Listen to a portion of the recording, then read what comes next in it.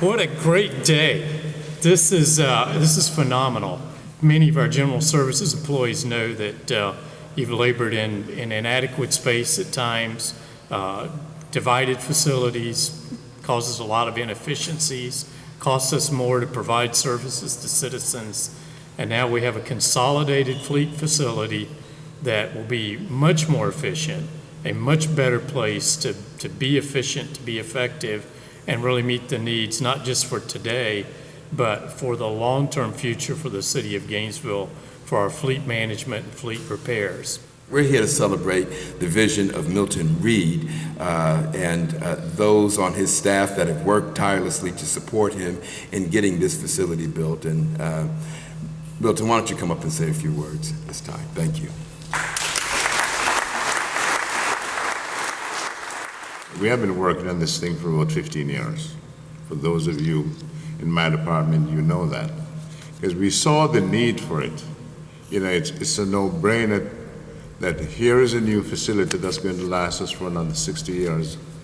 And it's replacing two facilities with combined ages of about 130 years.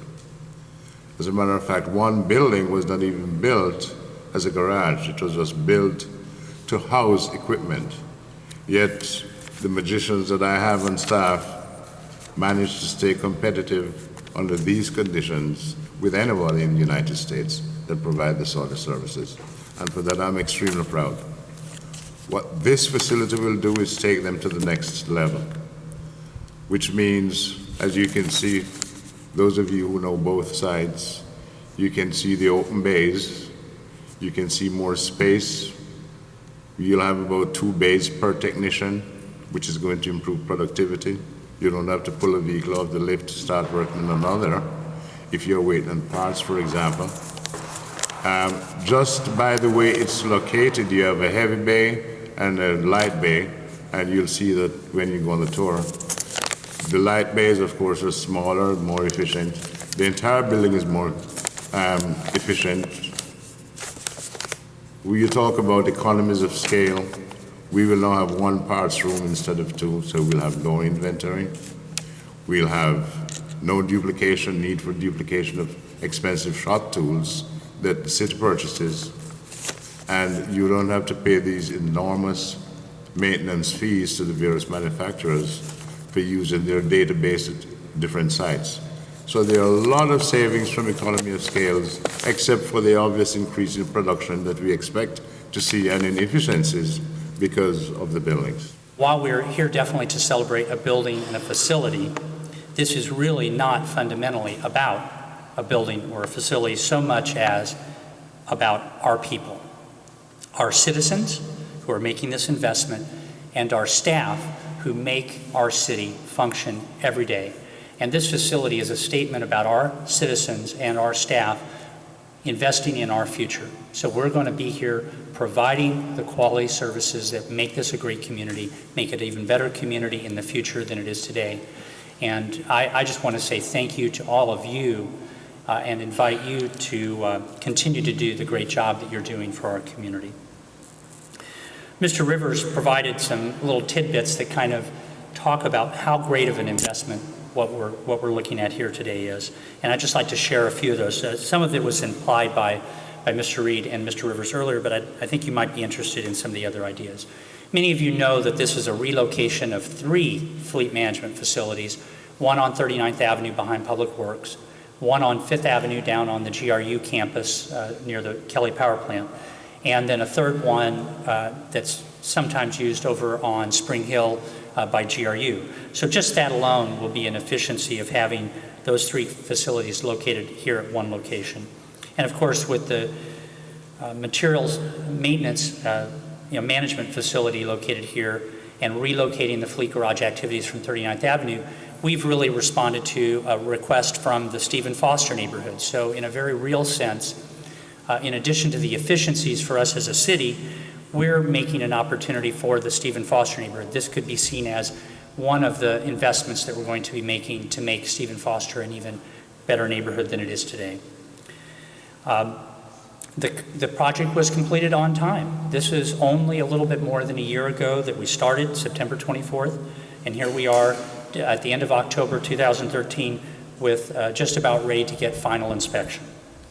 The entire project was on budget, which I think is quite a statement, and I really do want to recognize Mr. Rivers, who's been helping us through some of our larger projects. We've got the police department going on, many of our other large projects that we've undertaken, but here is yet again a successful implementation. Physically, there's an enormous amount of physical material at this facility.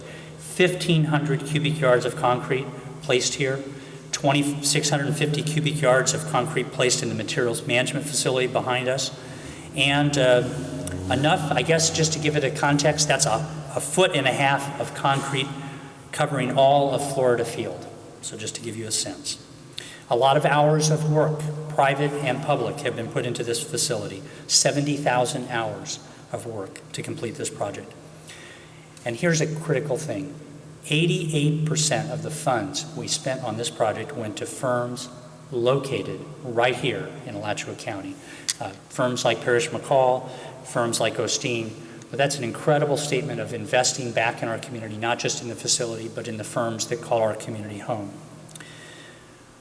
Importantly, also, how this facility will operate is going to be much more sustainable.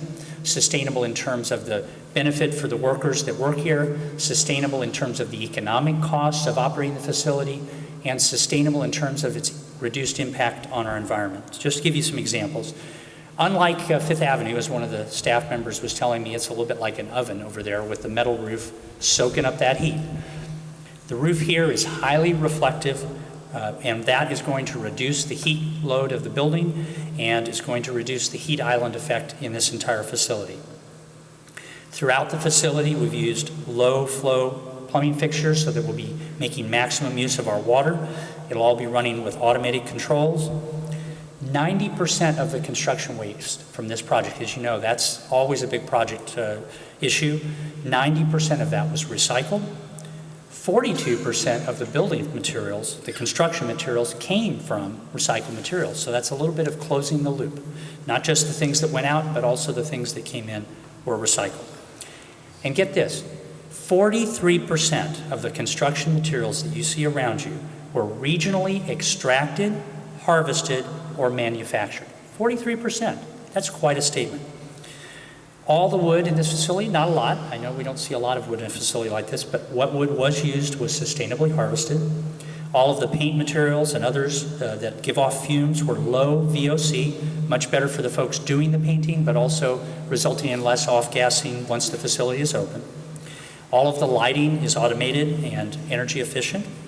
And all of the locations, including today, you know, with the doors open on a beautiful weather day like today, all the workspaces will have natural daylighting to them. And of course, I commented that there's a switch over there that guarantees that the weather outside is always as nice as today. So make sure you use that switch, staff.